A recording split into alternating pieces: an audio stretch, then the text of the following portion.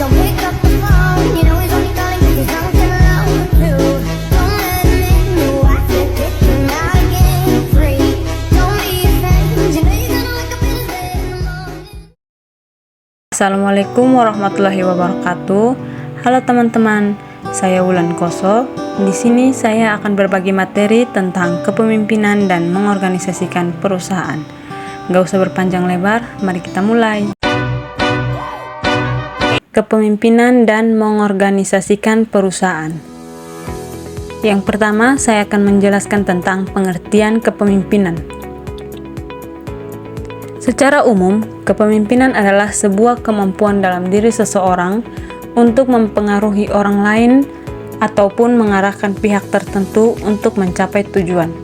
Kepemimpinan memiliki dua konsep dasar, yakni ilmu dan seni.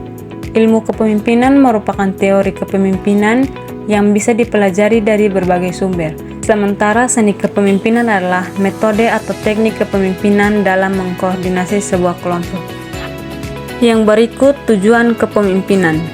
Kepemimpinan adalah sikap yang harus dimiliki seorang pemimpin dalam membuat rencana, berpikir dan mengambil tanggung jawab untuk kelompok serta memberikan arahan kepada orang lain. Fungsi utama seorang pemimpin adalah membantu suatu kelompok untuk belajar memutuskan dan bekerja lebih efisien. Tapi, ada pula beberapa peranan atau tujuan kepemimpinan, antara lain: yang pertama, membantu terciptanya suatu iklim sosial yang baik. Yang kedua, membantu kelompok dalam menetapkan prosedur-prosedur kerja. Yang ketiga, membantu kelompok untuk mengorganisasi diri. Yang keempat, mengambil keputusan sama dengan kelompok. Dan yang terakhir, memberikan kesempatan kepada kelompok untuk belajar dari pengalaman. Yang berikut saya akan menjelaskan tentang pengertian organisasi perusahaan. Organisasi perusahaan merupakan struktur atau susunan yang sistematis dari individu, bagian, dan unit-unit organisasi perusahaan yang saling berhubungan dan bekerja sama secara terorganisir guna mencapai tujuan bersama. Organisasi perusahaan juga mencangkup bagian tugas dan tanggung jawab setiap individu dalam perusahaan. Dalam hal ini, struktur organisasi perusahaan melibatkan divisi, departemen, dan unit-unit yang saling terkait dan bekerja sama untuk menjalankan aktivitas bisnis. Yang berikut keuntungan mengorganisasikan perusahaan bisnis. Mengorganisasikan perusahaan bisnis memiliki berbagai keuntungan. Pertama, dengan memiliki struktur organisasi yang jelas, setiap individu dalam perusahaan akan mengetahui tugas dan tanggung jawab mereka dengan jelas. Selain itu, dengan adanya struktur organisasi perusahaan yang terorganisir dengan baik, komunikasi antar individu dan unit kerja akan menjadi lebih lancar.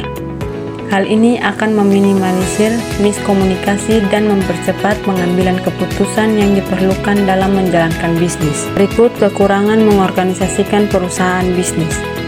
Meskipun mengorganisasikan perusahaan bisnis memiliki banyak keuntungan, namun terdapat juga beberapa kekurangan yang perlu diperhatikan. Pertama, dengan adanya struktur organisasi yang terlalu kompleks, proses pengambilan keputusan yang seharusnya cepat bisa menjadi lambat dan mempersulit proses operasional perusahaan. Selain itu, terlalu banyak pembagian tugas dan tanggung jawab dalam struktur organisasi perusahaan dapat menyebabkan terciptanya hambatan komunikasi antar individu atau unit. Oke, jadi materi yang saya bawakan tadi sampai di sini dulu. Kesimpulan yang dapat diambil dari kedua materi adalah bahwa keduanya adalah elemen yang tak terpisahkan dalam mencapai dunia kesuksesan dalam dunia bisnis.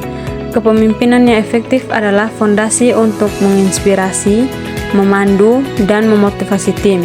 Sementara organisasi yang baik membantu dalam pengelolaan sumber daya dan operasi perusahaan dengan efisiensi.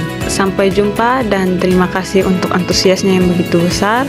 Jangan lupa like, share, and subscribe ya guys. Thank you for watching. Bye-bye.